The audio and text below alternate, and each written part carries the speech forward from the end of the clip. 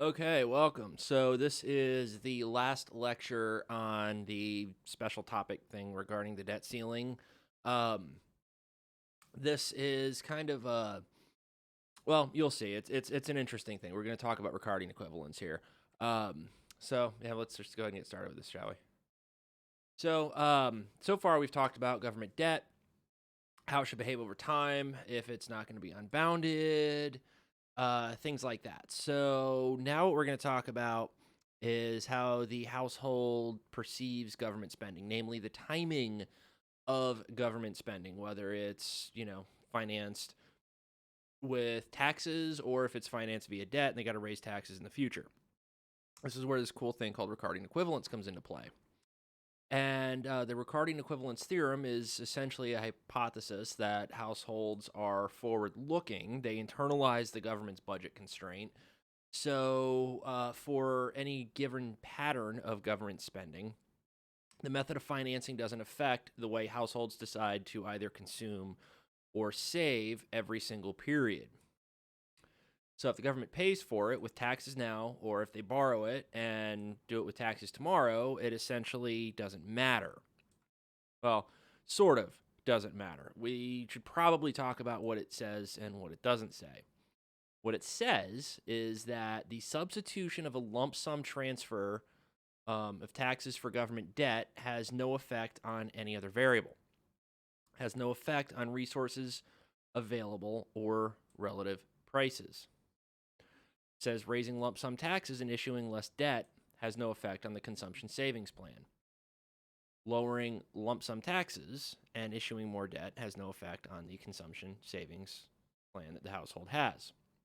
Lump sum transfers are the exact same. Now, let's talk about what it doesn't say, because that's kind of the really important one here. It doesn't say that raising or lowering government purchases has no effect, because it does.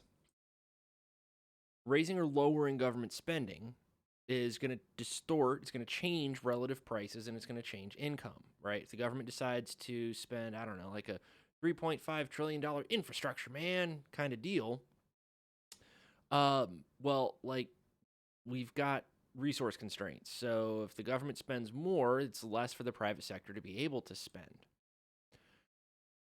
It doesn't say that printing money to finance a debt has no effect. Because if you were to change the inflation rate, you would change the relative price of holding money, and then that has real effects, right? So Ricardian equivalence doesn't say the government can spend whatever the hell it wants, or the central bank can just print money to finance a debt, right? Doesn't say any of that shit. All it says is that the timing of government spending isn't going to affect the consumption savings decisions of the representative household.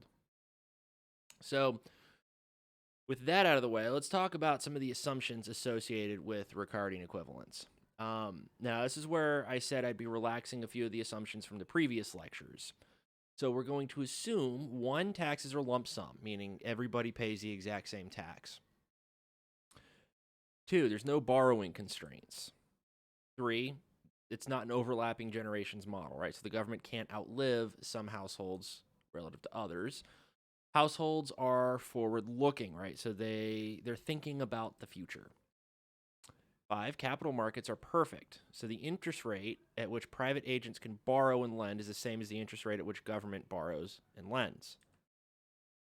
There are no distributional effects of taxation. So the present discounted value of each individual's tax burden is unaffected by changes in the timing of aggregate taxation. So, how does all this work? Well, remember that the household's constraint was this, right? Now, this is where I substituted a bunch of stuff out, right? But this AT, KT to the alpha, that's output, right? Y equals CT plus investment, IT. Now, investment's equal to KT plus 1 minus delta KT, right? So that's investment plus government spending. Now, the government's consolidated budget constraint was this, right? Government spending is equal to taxes plus the flow of bonds, right? So the creation of new bonds, debt they're taking out, plus seniorage, which is, essentially like inflating out the debt, right? So if we combine equations 1 and 2, I get this. Now that's a really, really, really long constraint.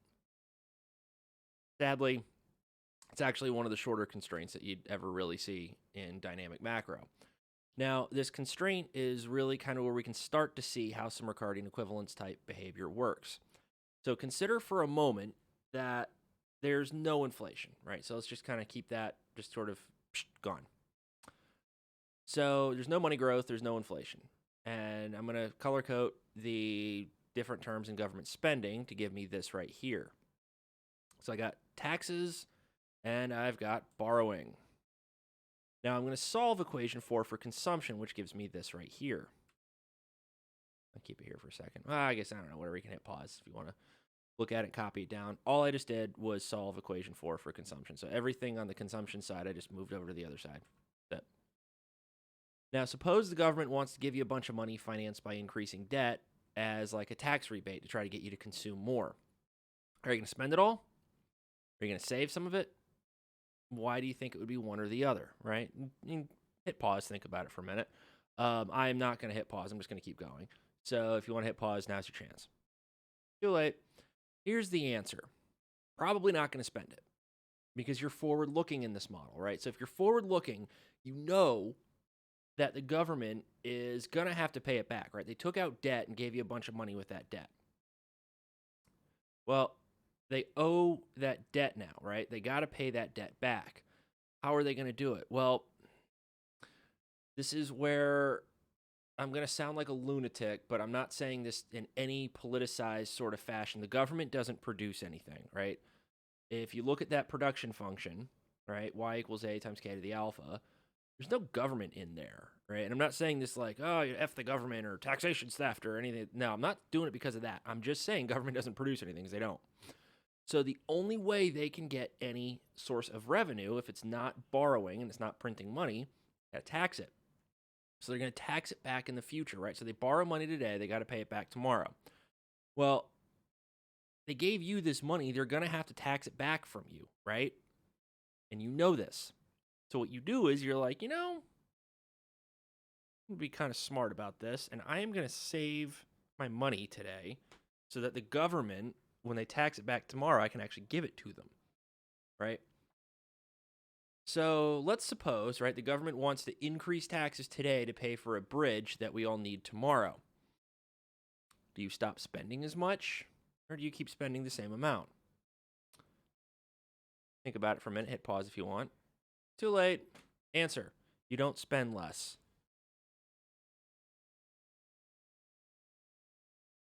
You don't spend less. I don't know if I just said that or not. I had to hit pause because my cat was trying to claw something that she had no business clawing. Anyways, so you don't spend less because you're forward-looking, right? You know they raise taxes today, so once the shit's paid for, they're going to lower their taxes tomorrow, right? So you can see the timing of government spending doesn't change how much you want to consume every period. Now, this is partially because households smooth consumption, right? Let's say you get a huge bonus at work. You're not going to spend it all. You're going to save it. You're going to spend a little bit more, right? But most of it you'll end up saving, right? And you'll consume about the same amount over time, maybe a little bit more, but not a whole lot. So the timing of government spending doesn't really change how households want to consume or save, right? Spend now, pay later, pay now, spend later. Doesn't matter. So the composition of the spending pattern doesn't matter to the consumer because they're still going to consume the same amount. High taxes today, low taxes tomorrow, high borrowing today, high taxes tomorrow. Doesn't effing matter. So, cool. When doesn't this assumption hold? Well, let's talk about it and find out. Ricardian equivalence doesn't hold if households are liquidity constrained. So, like if you live paycheck to paycheck, chances are Ricardian equivalence doesn't hold. The economy's in a recession, right? Kind of goes back to like the first case where it doesn't hold, right? You're going to have some more liquidity constrained households. So, for example, right, when the federal government gave out the stimmies in response to a virus of unknown origin, did you need them? Now, I'm not saying this like to make any kind of political point. Did you need them, right? Yes or no? So chances are some of you did. Chances are some of you did not, right? I kind of needed it. But, whatever. If you didn't need one, you still got one. If you needed one, you got one, right? Kind of like everybody got them. It was a sort of one-size-fits-all policy. Had some issues with the policy, to be honest with you, because of that. But hey, they tried. They tried. Points for trying here. So, did you spend more? Did you kind of sit on it? Well, chances are, if you needed it, you spent a lot of it. You didn't need it, probably didn't spend as much, and you saved it, right? I needed it. I ended up having to spend a lot of it. I have other friends that weren't adversely affected by the pandemic. Therefore, they didn't have to spend it. They saved it. I have a lot of friends that still have that stimmy. So, I've explained what it is, how it works on a conceptual basis. How does it work mathematically? Well, let's go back to the government's consolidated budget constraint. Think of it this way, right? Either one of two things will happen. Tau can go up, meaning BT plus 1 doesn't, or BT plus 1 goes up, which means government debt increases, and then Tau taxes have to go up tomorrow.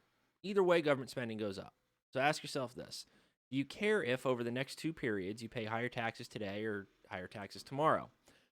Probably not, because if you're planning over the next 2 periods, right, and you know taxes are going to be higher in one of them, you're going to prepare, whether it's today or tomorrow. Because by the end of next period, you paid higher taxes anyways, right? Yeah. So, to get further into the math, time for some dynamic optimization. Now, I didn't really want to do this to you, but here's the deal. I'm going to do it to you. There's a consumer in the model. They maximize their utility, and they choose to consume or save each period. When they do this, they get a consumption path over time. This path, in conjunction with the firm's production, is going to give us a series of equilibrium conditions. Now, the household's optimal choices don't include the government's spending patterns. So, like on the margin, consumption savings decisions of the household are unaffected by the timing of government spending. This is where I'm going to show you. So, consider a household utility. You're probably going like, what the hell is this? Well, this basically just says you're consuming, that C sub t, right? That's consumption. You're choosing to consume over an infinite time horizon. So t equals 0 to infinity means time from today till the end of time. And this beta t, we'll get to that in a second. It's really just a way of measuring the agent's time preferences. So the household's budget constraint is this, right? You've already seen this guy. Now, I've already dropped out the seniorage stuff. Have it in there if you wanted, because ultimately the result is going to be the same. Now, I got to do a little bit of math. I'm going to get this thing called the Bellman equation. Don't worry about how I got it. You don't have to do any of this. And I get what's known as an Euler equation by really just taking a couple of derivatives. Set them equal to 0, plug stuff in, blah, blah, blah. I get this thing, which is the household's optimal consumption savings path over time. Now you're like, what the hell is this? Well, see, there's a CT and then a CT plus 1, right? So CT is today's consumption. CT plus 1 is tomorrow's consumption. That beta is there. That's the time preference. And then that alpha times AT plus 1 times KT plus 1 to the alpha minus 1. That's the marginal product of capital plus 1 minus delta. That's less depreciation on capital, right? So, yeah, it probably looks a little weird to you. It's strangely a really, really, really simple equation, because it just says this, right? The marginal utility of consumption today is equal to our time preferences times 1 plus the real interest rate times the marginal utility of consumption tomorrow, right? How much consumption am I willing to give up in one period to have additional consumption in a different period? That's what this is telling me. So today's marginal utility is equal to tomorrow's marginal utility, weighted by the agent's time preferences beta and the market's rate of return 1 plus the real interest rate. So this is really a balancing act between your preferences to consume today and the market's ability to generate a return tomorrow if you were to save. So from that Euler equation, do you notice anything about the optimal consumption path over time? Look really closely here, because it shows all the variables that at the margin would affect the consumer's decision to save or consume every single period. Do you see anything for government in there? Do you see taxes? Do you see bonds? No, not at all. No tau t or bt plus 1 in there. So the series of decisions that the household makes on the margin are unaffected by the timing of government spending. How does this work? Well, here's how it would work, right? The equation tells us the agent's optimal consumption path. What the agent doesn't consume today gets saved, right? Like if you make $100 today and you consume 80 of it, 20 of that gets saved. What gets saved is then used by somebody else, and it's repaid tomorrow with interest RT. So in the Euler equation, right, that 1 plus R is equal to the marginal product of capital less the rate of depreciation.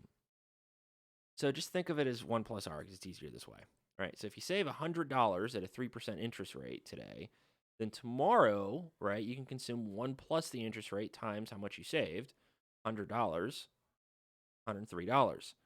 So the time preferences beta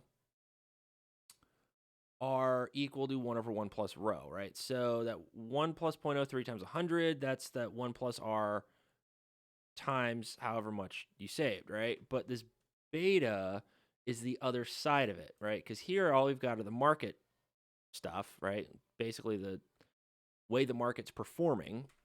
But here I've got how the household is thinking about things, right? Whether they want to save. How patient are they? The more patient they are, the more they save. So let's rewrite this Euler equation like this. All right, now you can see the balancing act a little bit easier. 1 plus R is the market's rate of return. 1 plus rho is the agent's time preference. So consumption tomorrow is equal to consumption today, but it's weighted by that balancing act between the real interest rate and the agent's time preferences.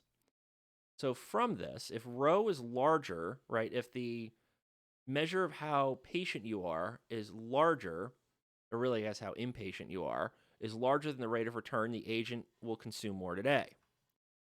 Thus, they save less today and they consume less tomorrow.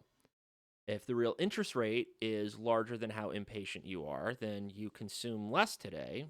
You're going to save more today, right? You either consume or save every period. So you consume less, save more, to be able to consume more tomorrow. Now, a balancing act is achieved when how impatient you are is equal to the rate of return of the market, and the economy's in what's known as a steady state, where everything is essentially evolving at a constant rate. It's a neat little dynamic fact. Either way, we can learn about Ricardian equivalence from it. So, from the Euler equation, consider if we were to let tau drop, but there's no change in G. Well, the agent knows future taxes have to go up by an amount equal in present value. So by equation 15, all the household cares about when making its consumption savings decision is the present discounted value of its stream of income. Now let's consider that government spending increases by an increase in taxes. It's equivalent to increasing government spending by increasing bonds. Because the current debt's equivalent to future taxes, and the household is forward-looking. So issuing debt is equivalent to raising future taxes. Now again, from the Euler equation, you can see if the government changes the financing of their spending, there's no effect on consumption savings decisions at the margin. It doesn't mean if the government spends more money, consumption savings decisions won't change, because they will, because we have a constraint, right? So if government spending were to go up based on this constraint, consumption would fall. So if taxes get cut today, in hopes of getting households to consume more, and if Ricardian equivalence holds, then the household won't spend more because they know they'll have to pay it all back tomorrow. Now, obviously, it doesn't really work this way in the real world. It kind of works, but not exactly in the way that the Ricardian equivalence theorem would suggest. Taxes aren't lump sum, right?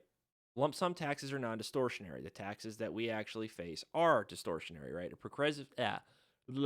Sound it out, Jeremy. A progressive income tax does distort consumption patterns on the margin. Right? As if income were, say, YT and there was some form of a marginal tax rate, right? It would be tau T times YT, where tau is the tax rate, right? So if we were to do some derivatives there, right, the government spending stuff wouldn't drop out. It's no longer additive. Another reason, capital markets aren't perfect. Households don't borrow at a rate equal to what the government borrows at. There are distributional effects of taxation. The present discounted value of everybody's tax burden is affected by changes in the timing of aggregate taxation. So while some of these simplifying assumptions, not a simplifying, but a simplifying assumption, right, some of them may not necessarily hold, there's still plenty of evidence that there are cases and times where it does hold in the real world, and, well, sadly, times where it doesn't, right? But that's just the way the cookie crumbles. So, with all that out of the way, that wraps up this particular special topic. I hope you enjoyed it. I hope it cleared up at least a little bit about the debt ceiling and government spending and all that stuff. Be on the lookout for more lectures as they come. I think the next topic should be a relatively interesting one, so be on the lookout. And in the meantime, enjoy however much time you have between when you see this and when the next thing gets assigned. Bye.